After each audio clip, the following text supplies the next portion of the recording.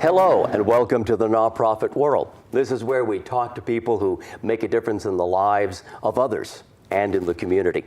Today we'll meet a person who's devoting her whole life and her work to that effort. She is Claire Bien, who lives in Handham, Connecticut. Claire is an author, a facilitator, a speaker, and an advocate in the field of mental health awareness and mental health improvement. And notably, and why she's with us today, she is the author of a new book, a powerful and moving memoir, Hearing Voices, Living Fully, Living with the Voices in My Head. It was published last year by Jessica Kinsley Publisher.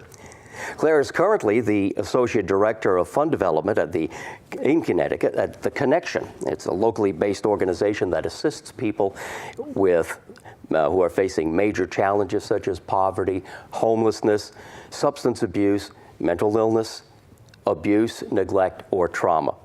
And generously, Claire is donating a percentage of the book's royalties to promote development of more social and psychological approaches to the treatment of psychosis. Claire, welcome very, very much to our program today. Your book is candid and it's hopeful. It's frightening and reassuring, both at the same time. But mostly it's a very deeply personal story. It's the story of you. Yes. What motivated you to want to tell your story to the public? Well, it really is astonishing that I have a book that I can hold in my hands, because I kept silence about my psychiatric diagnoses and history for 26 years. And what motivated me to begin speaking out was in part the work that I've done for my agency, The Connection, and which merged with a former also Cornerstone.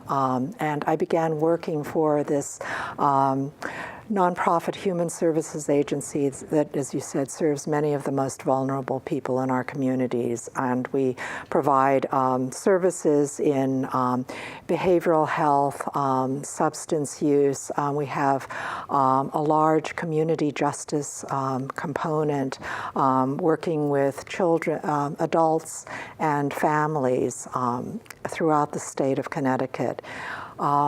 So the little plug for my wonderful employer, who has been supporting me in my work for the past several years in terms of encouraging me and allowing me to take time to be to speak with wonderful people like you and Sara DeGraff. So what prompted me?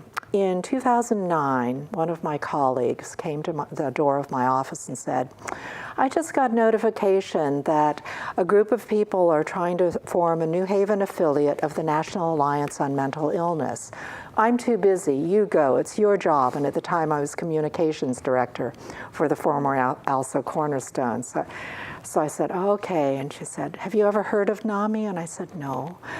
But I went to the meeting and I got quite an education.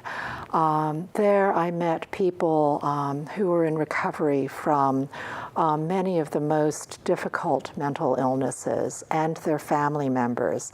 And they were all speaking about, telling their stories, telling about, how they, when they first began manifesting symptoms of mental illness, or when their family members first began manifesting those symptoms, they were confused, angry, devastated, and then, and they began telling the story about how they came to terms with those feelings of anger and loss and began rebuilding their lives.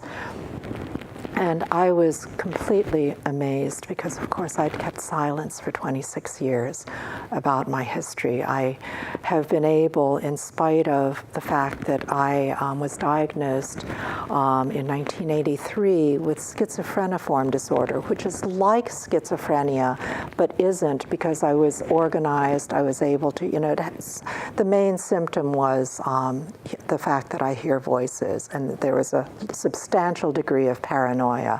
And but people with this diagnosis have a very difficult time in life, oftentimes, or that was my understanding. And I'm digressing a bit because I was so if you would wondering ask about another what led question, you to, yes. what led you to want to share your story? Yes, what led me is, these wonderful people who are sharing their stories. And so I began speaking out. And as I began speaking out, people, were amazed that I have achieved such a substantial degree of recovery, because most people who are diagnosed with schizophrenia tend to be associated with the clients in the agency for which I work, which is frequently homeless, not incapable of keeping a full-time job or a job of any sort, and that simply isn't the case. And over the years, as I began speaking out, the desire to tell my story, to share the possibility of real recovery from what is considered to be an intractable, incurable disease of the mind, grew stronger and stronger. And one of the reasons I am engaged in this work so passionately is that I met a lot of people on the way who were incredibly supportive. I am a writer. I do that as a profession. And I had always had a dream, starting from at the age of 20, of being a writer of some sort. And in fact, when I was first hospitalized and my husband brought me a journal, I wrote in the journal that perhaps one day I would tell the story of that particular madness. And it was madness, because I was incredibly paranoid. I was terrified for my life oftentimes, certainly terrified for my mind. But as I embraced treatment, primarily in the form of psychotherapy. I have taken medications for a short time, but I have, over the past 34 years, since I was first diagnosed in 1983, I have taken medication for less than 2 years. And I think that is part of my success, but only a small part. The larger part of my success is psychotherapy, and the various supports that I have always been privileged to possess throughout my life. A loving family, friends. I'm well socialized. I'm educated. I have considerable intelligence. And so because of all of those assets, gifts that that I had no control over, I have been able to find the balance between the voices that still manifest themselves from time to time, more often when I'm under stress, and less often when I simply say, I'm really too busy to attend to you. And I digress a lot. This is a complicated question. And well, let me ask you this then. Yes. You said you were hospitalized, but yes. in your memoir you mentioned it was only briefly. Yes. You were hospitalized more than once. How long were you in the hospital the very first time? The first time I was in the hospital for 10 days, and I signed myself out against medical advice after those 10 days. What happened? What happened is that what sent me to the hospital is that I had begun hearing voices after my husband and I moved to New Haven from Princeton, New Jersey, and in Princeton, the latter days, the last months of my time in Princeton were not successful, because I had walked out of a job after having been passed over for a promotion. And more critically, my first cousin, for whom I had partial responsibility, committed suicide. And the precipitating factor that sent me into psychosis was the guilt and shame that I felt over the role that I had played, or the role that I had not played the role I had played in not keeping my cousin from committing suicide, in not keeping her safe, and that was because I had competed with my sister to bring her to the Northeast rather than to the South where my sister was living, thinking she would do better in the Northeast. But I didn't have enough of a career, and my husband and I were fresh out of graduate school, so we had no money. Our apartment was too small for my cousin to live with us, so we ended up, she ended up working as an au pair and then moving to New Brunswick, New Jersey to be closer to school at Rutgers. And within 4 months of her moving to New Brunswick, she swallowed a couple of bottles of pills she'd brought with her from China. And my cousin had been the most unfortunate of my cousins in that particular family. She was just 2 years younger than I, had been sent to the countryside when she was 14. Mm-hmm. That's an interesting story all on its own, yes. her life story. Why did you check yourself out of a hospital? Because I was more paranoid than ever. I was not, I refused to follow the prescribed medication regimen because I didn't think I was ill. But I did go to all of the therapies because I love psychotherapy. I love being able to check things out and love being able to, say, this is how I feel, this is what I think, and then having my thoughts and beliefs, countered by someone that I trust. And that's enormously important in really coping with any difficult life issue. And then when you left the hospital? When I left the hospital, within a week, I realized that I needed to be in the hospital. I was going off into reveries, and when I emerged, I would find that I had an itchy spot on my thigh or upper arm. I would rub the spot, and it would raise a welt, and it would subside to form a bruise. I was also journaling, and some of the journaling that I did was incredibly filled with obscenities, and that isn't the person I am.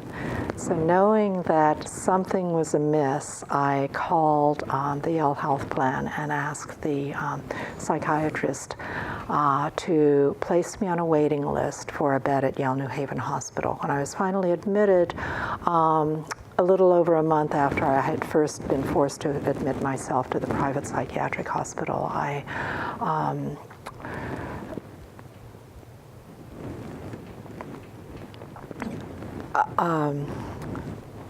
anyway, I placed my name on the waiting list, and And what happened when you were admitted this time?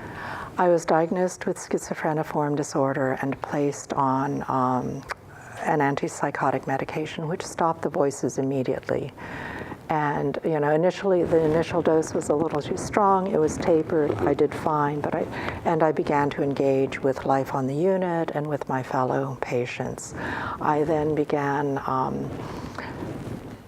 But there were side effects of that medication, weren't there? Yes, I felt so wooden and lethargic that I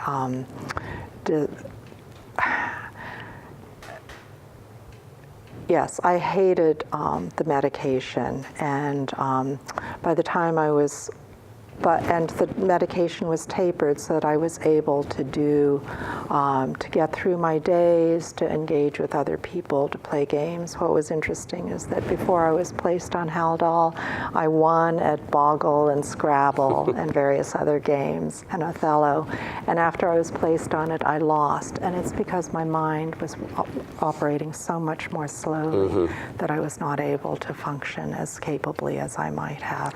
I'm curious about, if you could help myself and the audience understand a little bit what it's like to hear voices. Can you describe what it is you hear, what it is you feel? Is it your own voice talking, assuming the personality of someone else? Is it that another person's actual voice? Is it men? Is it women? And what do they say to you?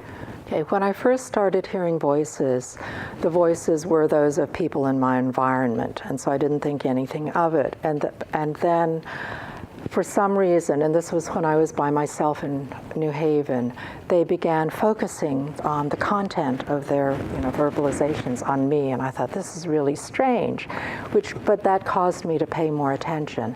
As I began paying more attention to the voices, they did begin to proliferate, and then I began hearing them when I was by myself and there were no other people in my environment, and they are not like my own self-talk. We all talk to ourselves in our heads, not necessarily out loud, and we all, and depending upon, sometimes I can hear myself, my own voice, speaking to myself.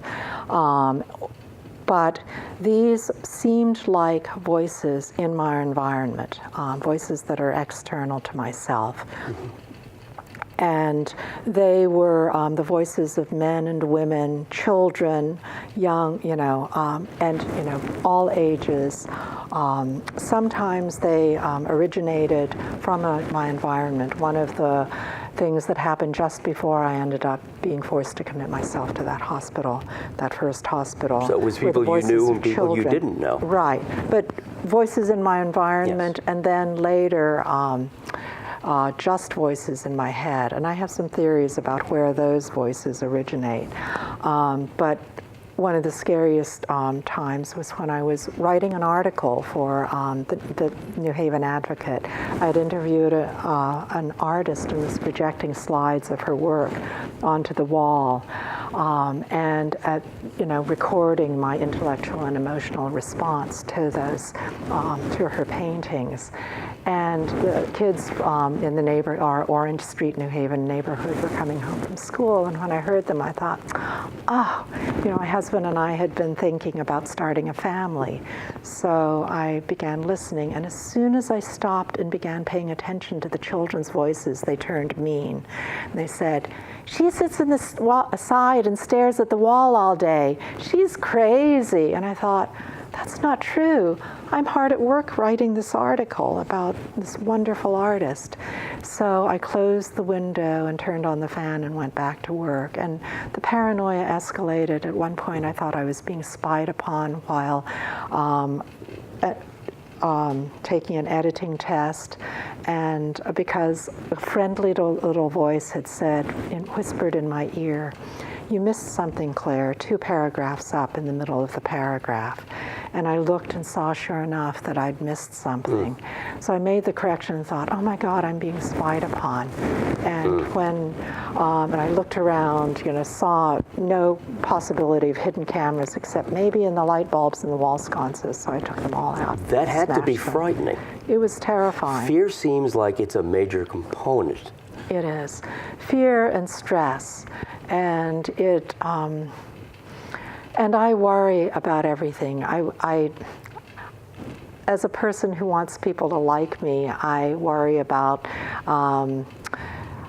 when I feel that I've slighted someone, I haven't paid enough attention, I haven't listened closely enough, or if I give somebody a big smile and hello and they sort of look at me like, and I'm going, oh my gosh, what did I do to offend them? Why are they angry with me?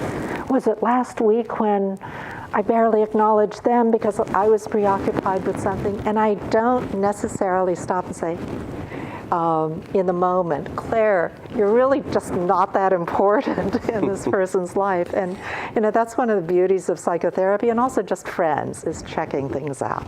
You address this in your book. In fact, yes. If I could ask you to read a portion of your book where you discuss the fear you had of people, yes. And what they were thinking of you.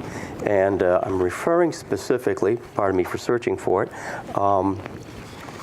it's the section that begins on page 248 of your book, yes. Where you talk about fear and what you feared the most. Yes. One of my greatest fears is of being misjudged, disliked or feared for something that people believe to be true about me, but isn't. As a result, the voices that manifested themselves in 1983 didn't need to command me to do things. All that was necessary to strike fear in my heart was to gossip about me. But even when patently untrue, malicious gossip, often has or could have some grounding in reality. It has to in order to be believable.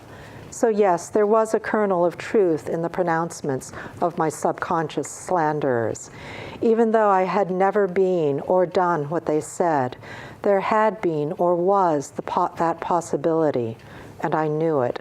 So because I was unknown in New Haven and powerless to dispute the false accusations, I allowed myself to be terrorized. Do other people suffering from mental illness feel fear as well? Absolutely. That's my understanding. I can only know what goes on in my own head and also what I have heard from other people directly and read. But yes, many of us who have to deal with various mental health issues are incredibly sensitive, and that sensitivity can be something that is inherited. I do believe that many mental health conditions, mental illnesses, are biologically based. Our brains function in such a way that we are exquisitely sensitive to a variety of inputs. I'm very, very sensitive to energy from other people. Sometimes I can feel I can find that every other word that comes out of my mouth is wrong immediately after having met someone. Other times I'm able to be what I almost just incredibly eloquent, and because I have a certain connection with someone. And it's, I don't understand why that is. And I know for a fact that many other people, especially voice hearers, but I think also people who suffer from, bipolar disorder, anxiety, we all try to understand what's going on within, our physiological responses to other people. And it's a combination of energy, sort of that the body responding, but also the mind, because we are visual. We see so much more than our conscious mind can really process, but it's all there. And so the subconscious, and tries to make sense of it. And sometimes when the inputs are inconsistent with what we perceive to be the situation. When, for example, when you go into a meeting, you think, okay, this is what's going on. I'm here to give a presentation, or we're here to, make these decisions. But there are all these underlying currents. And if some perception of what's going on with another person or group of people isn't really, doesn't jive with what we think should be the case, then our minds begin racing and sometimes reeling because we cannot quite understand what that dynamic is. And everyone experiences that, walking into a room going, oh, what's going on here? And for those of us who have this incredible sensitivity to all of the, to this array of inputs, it can be overwhelming, and the sense of being overwhelmed can be substantially exacerbated when there has been a history of trauma or abuse. Trauma is different for different people. My particular traumas were maternal distress during gestation. My mother went back to China with me in utero in 1951 to say goodbye to her parents. So I imagine myself being bathed in a toxic chemical wash, because she didn't mean to hurt me, but she was just so distressed and didn't know for 27 years whether I had survived, and I'm digressing again.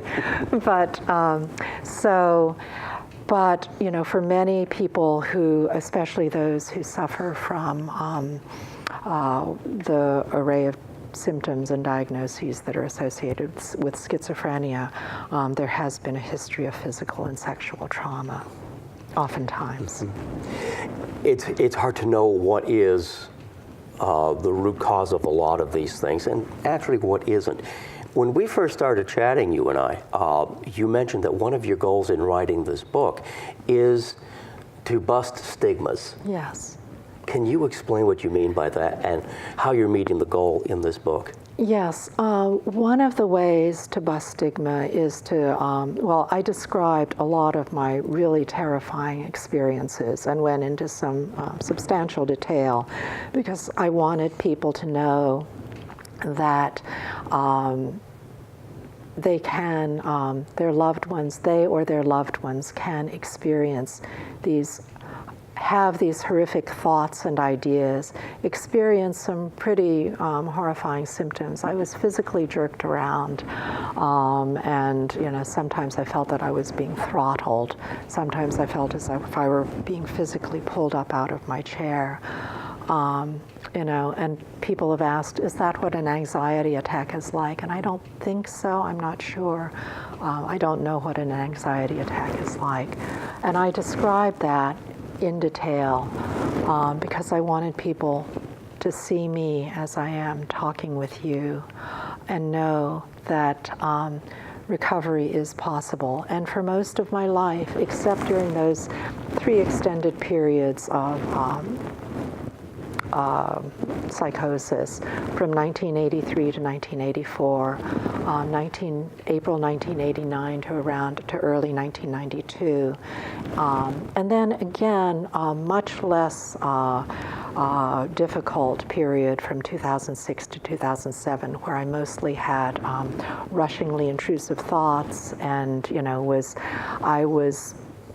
I was thinking very strange things, and was also seemed to be tuned to something that was going on in the world, because I did know things that would happen before they happened. I knew things would happen before they happened. Mm-hmm. And one wonders, what is that? Was I being telepathic? Was it, or what is it that I am a creature of the world and I absorb more information than I'm consciously aware of, and because I'm intelligent, I'm able to intuit such certain things. I'm undecided as to, I think it's probably a little of both, because there are people who have certain gifts in many, many cultures. People, voice hearers are revered. They are seen as, shamanism is certainly such a thing. They are seen as people who can heal, who can foretell the future, who can guide a person, a people toward, toward a better life, toward something wonderful. And I would love to share some of the work that I'm doing. I am working with 2 clinician researchers at Connecticut Mental Health Center, Dr. Al Powers, who's an MD, PhD in psychiatry and neuroscience, and Dr. Phil Corlett, who's a neuroscientist. And they, as a result, we've had conversations about how great it would be to do brain imaging of people who hear voices and have never been in the psychiatric system. Only a little over 30% of voice hearers end up in the psychiatric system, are known, Mm-hmm. And another 30% have 1 episode or maybe 2 episodes of acute psychosis, recover, and are never heard from again. And they're effectively lost to the system, even though they may have interacted with it at one point. Then another 30% or 30-odd% never enter the psychiatric system. People of faith fall in that category, and also a group of clairaudient psychics that doctors Corlett and Powers advertised for and interviewed. And what they did was they scanned the brains doing fMRI, functional magnetic resonance imaging scans of the clairaudient psychics when they were hearing voices. And they compared them with the fMRI scans of voice hearers when they were hearing voices. And the images looked very similar. That's And fascinating. they wrote an article that was published in Science magazine, and then a popular article was written about their research and published in Atlantic magazine. They've also done another study where they trained non-voice hearers to hear voices using Pavlovian techniques. So anybody can hear voices. It's just a matter of paying attention, and that's that's part of my passion. Is that my belief is my passion is to really sort of publicize the fact that recovery is possible, that voice hearing need not be something to be feared, and in fact, many people love their voices, treat them as friends. For those of us who had secret friends when we were children, and I was not among them, but there is one leader in the Hearing Voices movement who lives in Massachusetts, started hearing voices when she was a child. She was living in the Far East with her family, and she felt very isolated. So she began having imaginary friends, and she would never, never, ever give up her voices. Others have learned to achieve a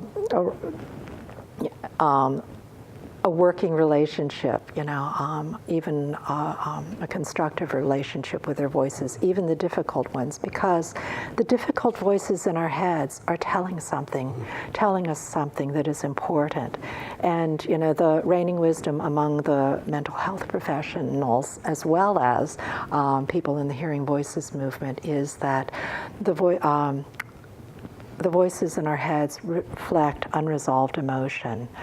And so many of us tend to be caregivers and keep everything well hidden, and not wanting to distress other people whose difficulties are so much greater than our own. And keeping it to yourself is not necessarily the best treatment. Exactly. Or the best approach. And so, when whether it's the ego or just our need to take care of, to exercise good self-care comes to the fore, and we still don't pay attention, then they begin, really shouting at us and sometimes saying unkind things because they're trying to get us to pay attention.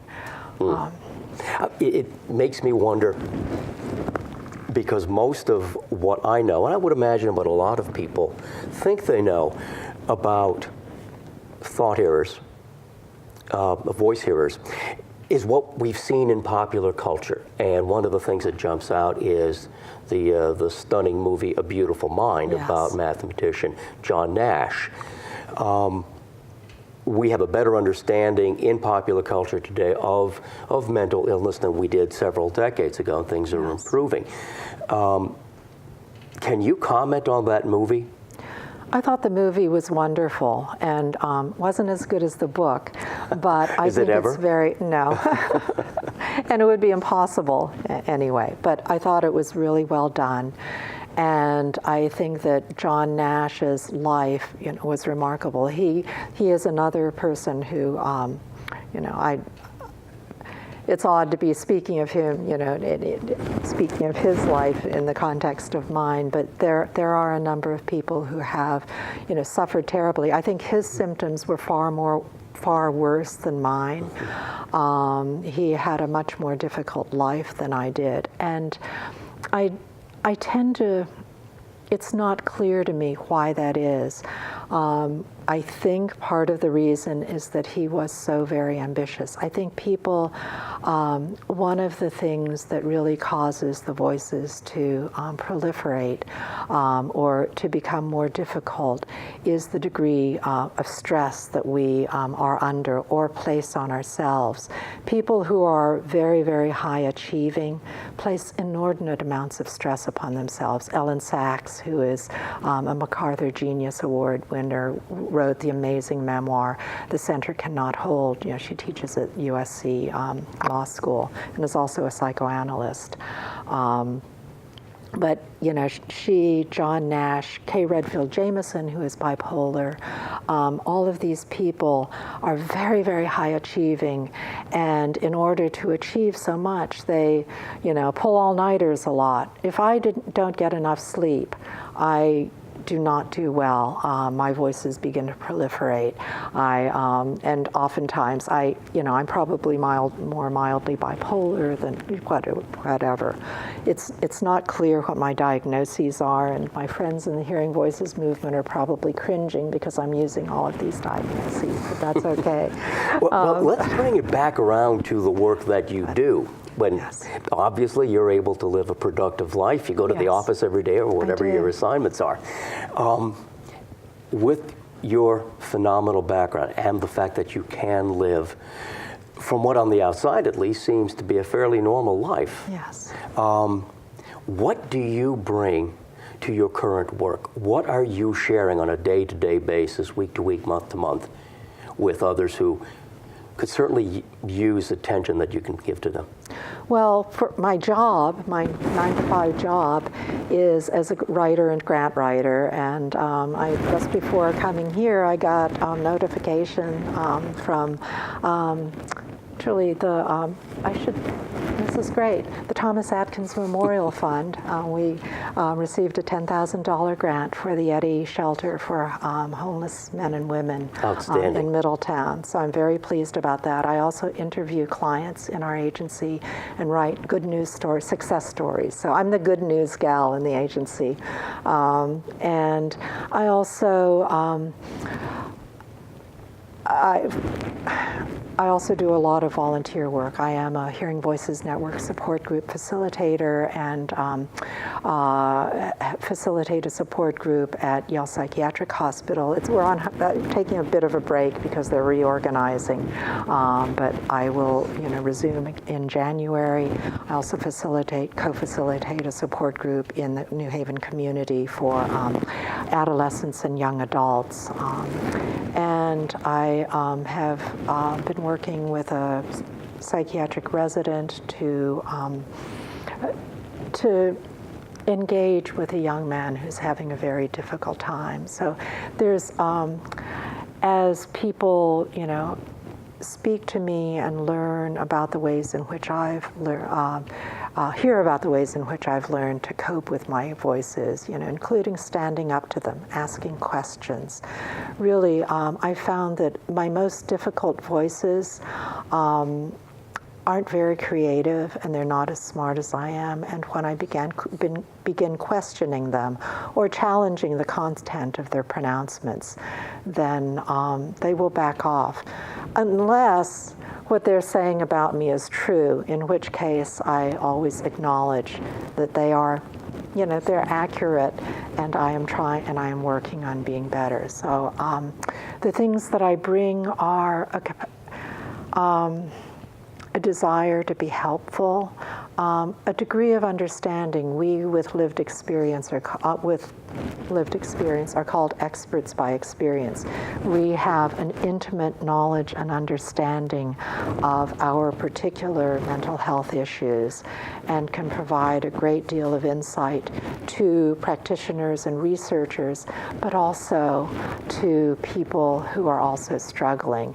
And really being able to hear someone say something and to sort of take that information and internalize it and feel the response is wonderful. I find that when I do it really well, the person with whom the person who is struggling usually responds very positively. He says, yes, that's exactly right. And in fact, when I described some of my experiences and the fears in my book, a lot of friends and acquaintances who also struggle said, that's exactly the way it was for me. And that has been, for me, wonderfully gratifying. And thus, the existence of support groups all around the state, exactly. Correct? Yes, it's amazing. The Connecticut Hearing Voices Network, which came to Connecticut in April of 2014, under then Commissioner of the Department of Mental Health and Addiction Services, Pat Reamer, and her staff member, Ronna Kyle, who is the Director of Recovery Community Affairs. So 2014, just 3.5 years ago, there are now 21 Hearing Voices Network support and resource groups around the state, in just about every corner of the state. And I understand that these sessions, when they get together, Yes. they're not meant to be therapeutic. They're meant to be a means of support. Yes. Is that correct? That's correct. And so what happens when you're able to actually spend time with other voice hearers? Well, That must be phenomenally wonderful. yes, you don't feel alone, and you also get really good ideas as to how to address your voices. But just the fact of not feeling alone, not feeling that, and also having hope, because of course support groups have people at in varying stages of recovery. Some who are doing very, very well, some of whom are traveling the world and training other people, practitioners about the real and substantial hope for recovery, or just learning to live with the voices. I'm not closely aligned enough with the HVN to have all the appropriate language. But you have traveled to South America to spread the Yes. word, haven't you? I have. I was through friends at church, and now at work. I was invited to go to Brazil to the first ever recovery conference, and I spoke about my recovery story and also about the Hearing Voices Network support group facilitation that I engage in. That had to be fun. It was. But also probably a little scary, because perhaps I'm wrong, but I think some countries, such as ours, have evolved in our understanding of mental illnesses and are a bit more accepting of them than even used to be in the past here in this country. So are you saying that the United States is ahead of, in some ways? To some countries, this may be a whole new concept, that it is treatable. It's not necessarily chronic. Actually, some of the people I met in Brazil had participated. One woman had been a graduate student in the United States, and she got a SAMHSA grant to start a Hearing Voices Network support group program in Rio, at the University of Rio. Excellent. So, in fact, they were ahead of us. Oh, okay. Sorry. The United States is behind the times. You continue to be a HVN. stigma buster.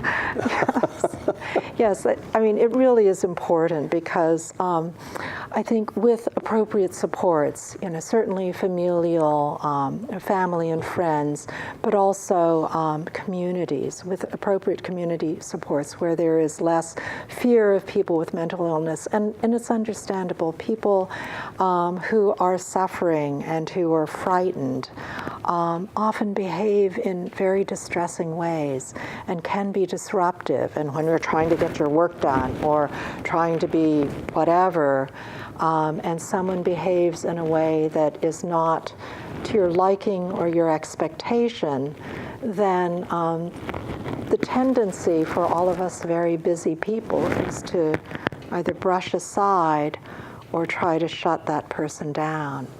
And that's devastating for someone who is terrified.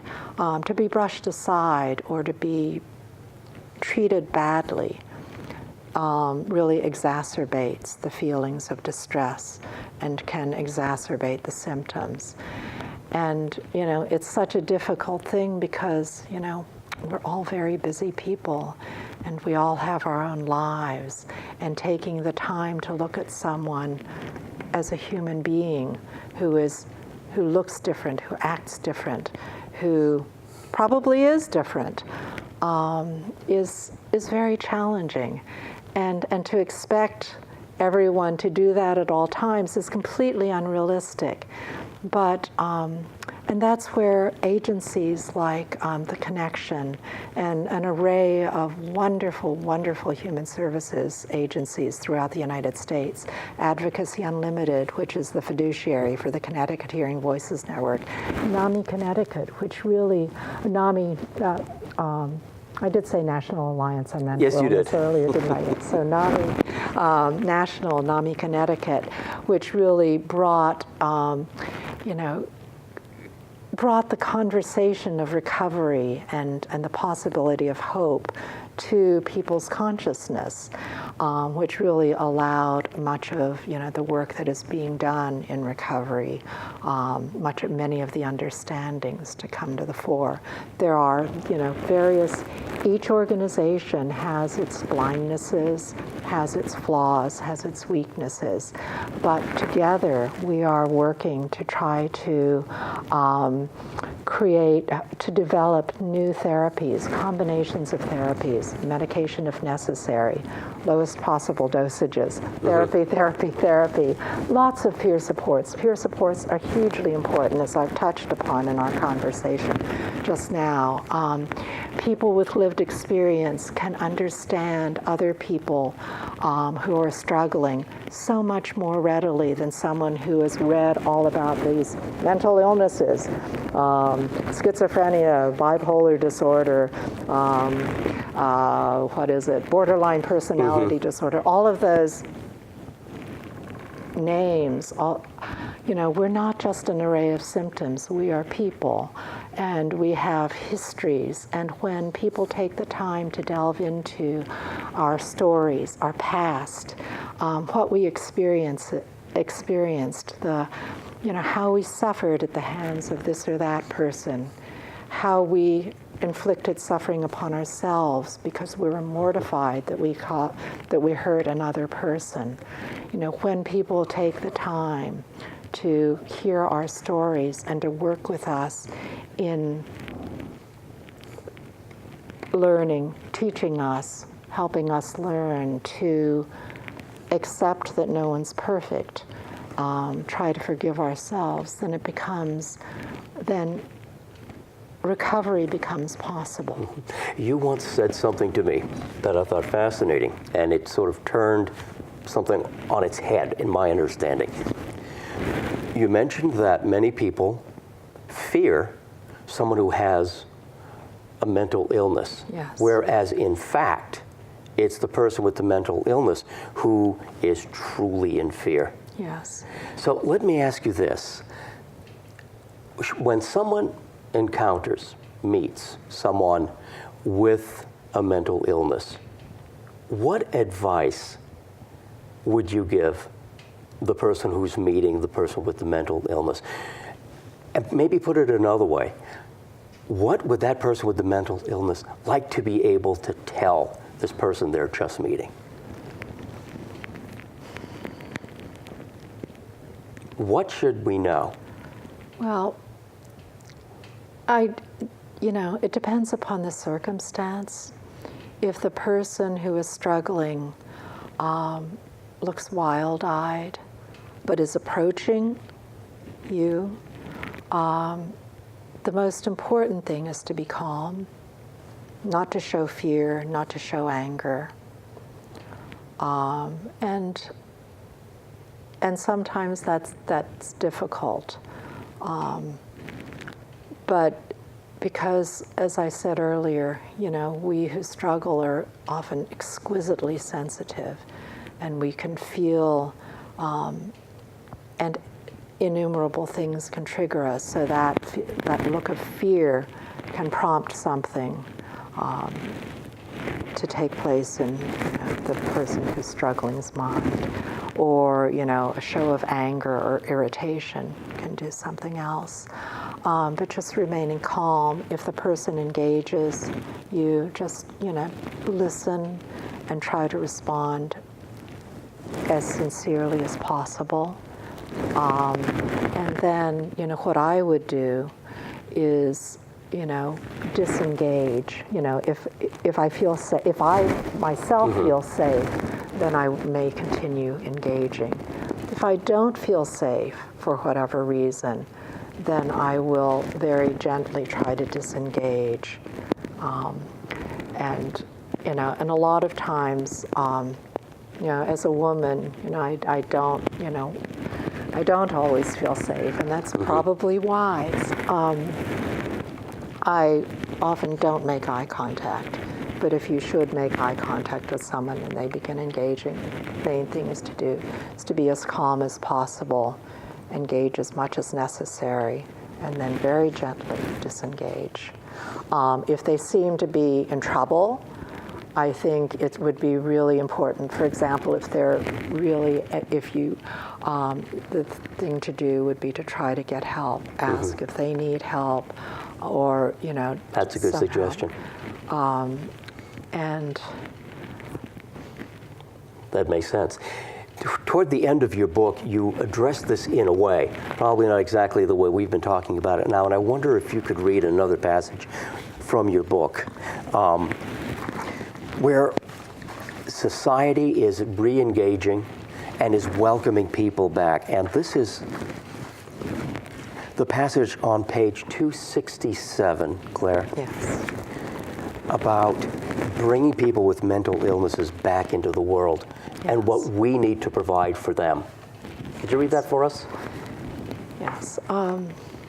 If people who live with mental illness are to use their reason to draw them back to the world, and this presumes that they can use their reason to draw themselves back to the world, and I think that most people can. If people who live with mental illness are to use their reason to draw them back to the world, then we must give them a reason to wish to be in it.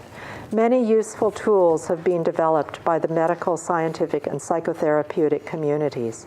Medication is a part of the solution, but it is only one part. The various interventions that are an integral part of the community mental health movement are far more important.